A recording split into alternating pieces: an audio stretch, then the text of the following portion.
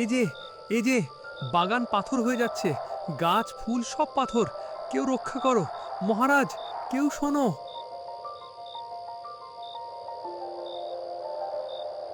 আবার কিছু ঘটেছে। লকেটটা গরম হয়ে উঠছে। বিপদ গাছেই।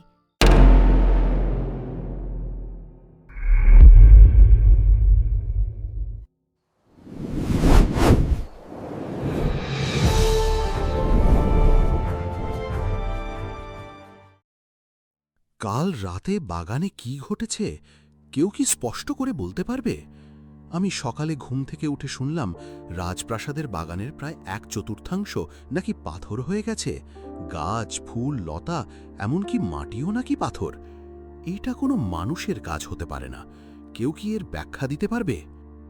মহারাজ, আমি নিজের চোখে দেখেছি একটা আস্ত গোলাপ গাছ পাথর হয়ে দাঁড়িয়ে আছে। পাতাগুলো আগের মতোই আছে, কিন্তু শক্ত, ধূসর, একদম পাথর। এ নিশ্চয়ই অলৌকিক কোনো অভিশাপ। হ্যাঁ মহারাজ, আমরা জ্যোতিষীর সঙ্গে কথা বলেছি।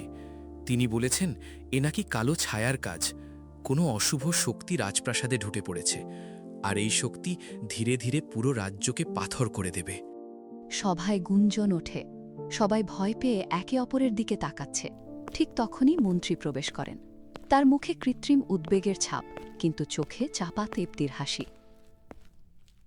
মহারাজ, আমি আগেই বলেছিলাম রাজ্যে এখনও অশুভ ছায়া রয়ে গেছে। কিছুদিন আগেই তো আমরা দুর্ভিক্ষ কাটিয়ে উঠেছি, কিন্তু ওই অশুভ শক্তির মূল উৎস এখনও এই প্রাসাদেই আছে। জ্যোতিষী যা বলেছেন আমি তার সঙ্গে একমত। যতদিন সেই উৎস এখানে থাকবে ততদিন এরকম বিপদ আসতেই থাকবে। বাগান তো শুরু মাত্র, এরপর প্রাসাদ, তারপর গোটা রাজ্য পাথর হয়ে যাবে। মন্ত্রী কথাটা এমনভাবে বললেন যে সবার দৃষ্টি ধীরে ধীরে রাজকুমারী মেঘলার দিকে চলে গেল। মেঘলা এক কোণায় চুপচাপ দাঁড়িয়ে সব শুনছিলেন।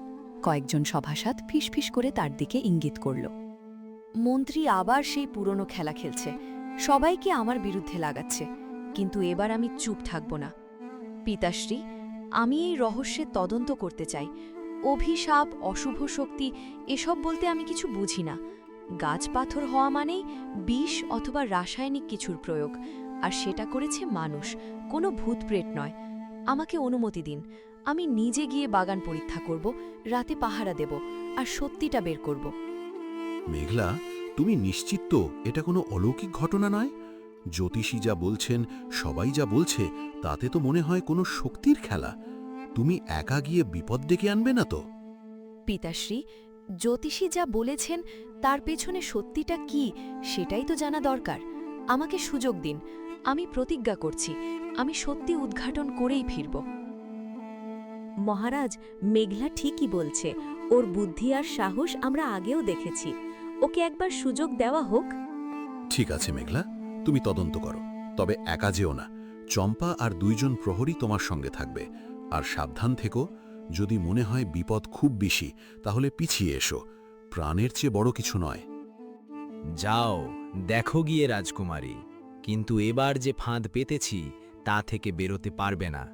এই বাগানের রহস্যই হবে তোমার শেষ অভিযান। মেঘলা মন্ত্রীর দিকে তীক্ষ্ণ দৃষ্টিতে তাকায়। তার লকেটটা আবার গরম হয়ে ওঠে। সে বুঝতে পারে বিপদ সত্যিই কাছাকাছি।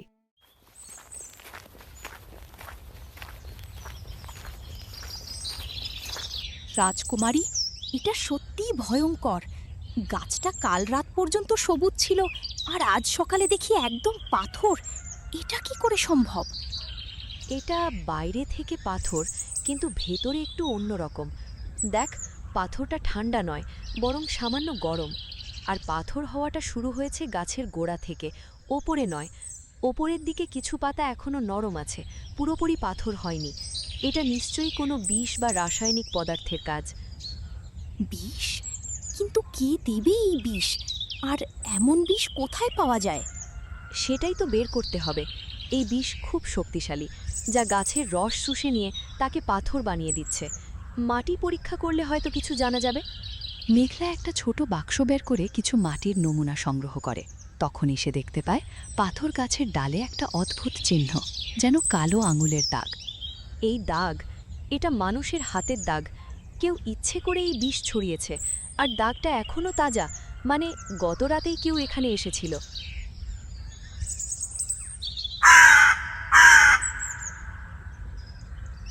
ঠিক তখনই একটা দাঁড় কাকুরে এসে পাথর গাছের ডালে বসে। কাকটা সাধু ঠাকুরের সেই চেনা কাক। মেঘলা চমকে ওঠে। এই তো তুই এখানে, সাধু ঠাকুরের কাক। তুই ঠিক সময়েই আসিস। বল, কি খবর নিয়ে এসেছিস? কাকটা ডানা ঝাপটায়। তার ঠোঁটে ধরা ছোট্ট একটা কাগজ যেন কোনো গোপন বার্তা নিয়ে এসেছে। মেঘলা তাড়াতাড়ি কাগজটা খুলে পড়ে। লেখা আছে, রাজকুমারী, বিপদ নতুন পুরনো। যে বিষ ছড়াচ্ছে তা আসছে রাজপ্রাসাদের ভেতর থেকেই। যে লোকটা ছায়ামূর্তি সেজে বাগানে আসে সে মন্ত্রীর লোক। তার বাড়িতে খোঁজ নিলেই পাবে আসল সত্যি। আর দেরি করো না, আজ রাতে আবার বাগানে আসবে সেই ছায়ামূর্তি, সাধু ঠাকুর। সাধু ঠাকুর, সেই বনের সাধু, উনি আবার খবর পাঠিয়েছেন? তাহলে মন্ত্রী সত্যিই এর পেছনে আছে। হ্যাঁ চম্পা, মন্ত্রী আবার সেই পুরনো ষড়যন্ত্র শুরু করেছে, কিন্তু এবার আমরা আগে থেকেই প্রস্তুত থাকব। সাধু ঠাকুর বলেছেন আজ রাতেই আবার সেই ছায়ামূর্তি আসবে, তাহলে আমরা আজ রাতেই ফাঁদ বাঁধব। মেঘলা কাকটার দিকে তাকিয়ে মৃদু হাসে। সাধু ঠাকুরকে আমার প্রণাম জানিয়ে দিস আর বলিস রাজকুমারী এবার ভুল করবে না। কাকটা ডানা ঝাপটিয়ে উড়ে যায়। মেঘলা চম্পার দিকে ফিরে ফিসফিস করে পরিকল্পনা বলতে থাকে।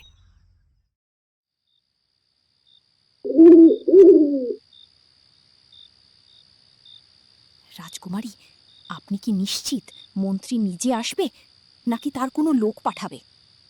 সাধু ঠাকুরের কথা মিথ্যে হয় না চম্পা, আর আমার লকেটটাও বলছে বিপদ গাছে।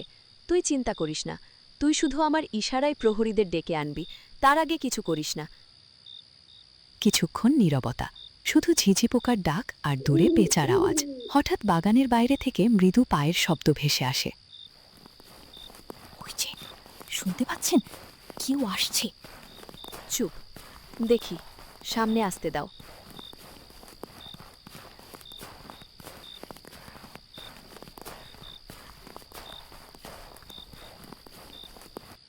আজ রাতে এই বাগানের বাকি অংশ পাথর করে দেব।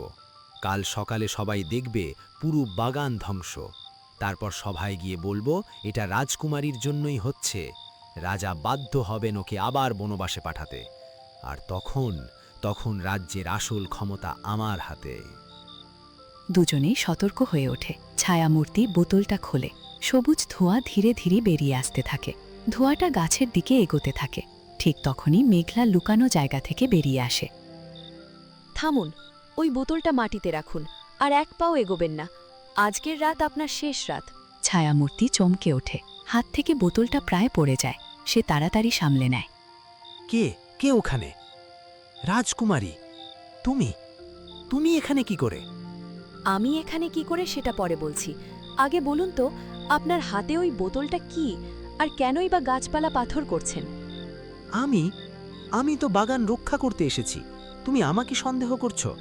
আমি এই রাজ্যের মন্ত্রী। আমি কি কখনো অন্যায় করতে পারি? তুমি ভুল বুঝছো রাজকুমারী।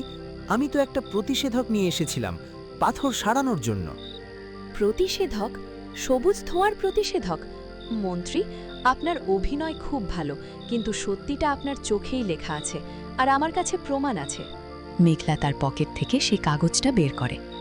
এই চিরকুটটা চেনেন? সাধু ঠাকুরের কাক এটা এনেছে। তাতে পরিষ্কার লেখা আছে যে ছায়ামূর্তি বাগানে আসে সে মন্ত্রীর লোক। এখন বলুন তো, এই ছায়ামূর্তিটা কে? তুমি সব জেনে গেছো। সাধু ঠাকুর, সেই বুড়ো এখনো বেঁচে আছে। কিন্তু তবুও তুমি আমার কিছু করতে পারবে না রাজকুমারী। আমার কাছে কালো জাদু আছে। মন্ত্রী বোতল থেকে সবুজ ধোঁয়া ছড়াতে শুরু করে। ধোঁয়াটা ধীরে ধীরে মেঘলার থেকে এগিয়ে আসে। আপনার কালো জাদুর শক্তি আছে, কিন্তু আমার কাছেও মায়ের আশীর্বাদ আছে। এই লকেট সত্য আর পবিত্রতার প্রতীক। এর সামনে আপনার সব জাদু টিকবে না। মেঘলা লকেটটা সামনে ধরে। সঙ্গে সঙ্গে লকেট থেকে তীব্র নীল আলো বিস্ফোরিত হয়। আলো আর সবুজ ধোঁয়ার মুখোমুখি হয়। কিছুক্ষণ লড়াইয়ের পর সবুজ ধোঁয়া দুর্বল হয়ে পিছিয়ে যায়। মন্ত্রী আতঙ্কে চিৎকার করে ওঠে। না, আমার জাদু অকেজো হয়ে যাচ্ছে। থামো। ঠিক তখনই চম্পা প্রহরীদের নিয়ে ছুটে আসে। প্রহরীরা মন্ত্রীকে ঘিরে ফেলে। রাজকুমারী, আমরা এসে গেছি। প্রহরীরা, ধরো ওকে। প্রহরীরা মন্ত্রীকে ধরে ফেলে। মন্ত্রী ছটফট করতে থাকে, কিন্তু পার পায় না। তার হাত থেকে বোতলটা মাটিতে পড়ে ভেঙে যায়। সবুজ ধোঁয়া সম্পূর্ণ মিলিয়ে যায়। মন্ত্রীর মুখোশ খুলে ফেলো, সবাই দেখুক কে এই ছায়ামূর্তি। একজন প্রহরী এগিয়ে মন্ত্রীর মুখের কালো কাপড় টেনে সরিয়ে দেয়। সবাই দেখে সত্যিই মন্ত্রী। মন্ত্রী, এই যে সত্যিই মন্ত্রী। মহারাজকে খবর দাও এখনই।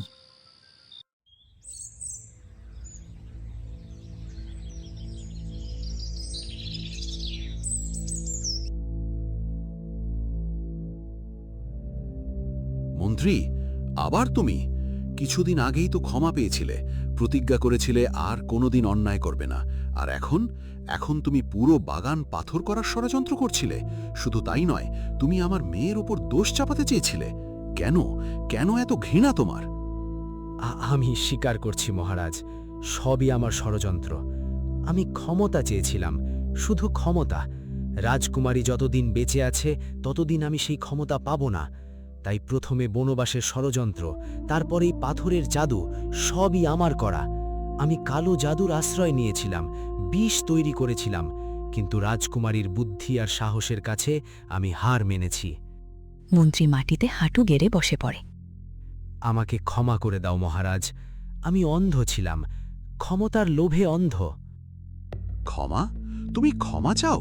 যে মানুষ 2 বার আমার মেয়ের ক্ষতি করার চেষ্টা করল তাকে ক্ষমা?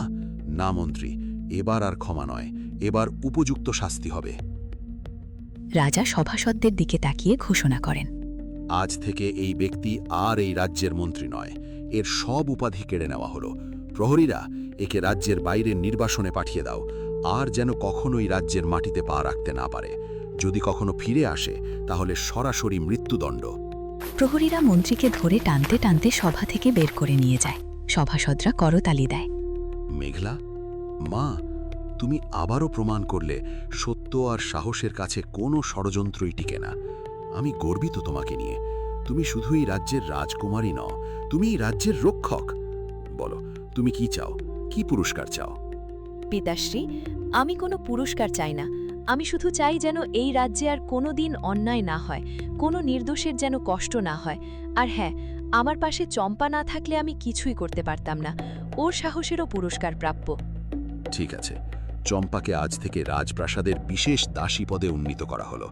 আর তুমি তো জানোই, তুমি যে আমার সবচেয়ে বড় গর্ব।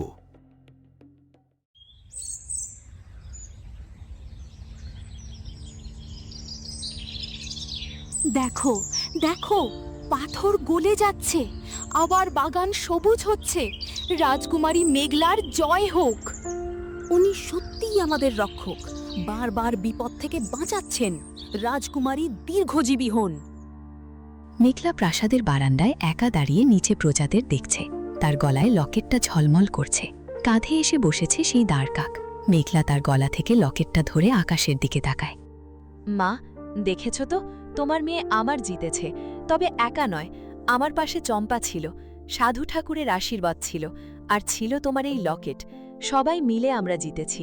আমি কথা দিচ্ছি, যতদিন বেঁচে আছি ততদিন সত্য আর ন্যায়ের পক্ষে লড়াই করে যাব। কোনো ভয় নয়, কোনো পিছুটান নয়।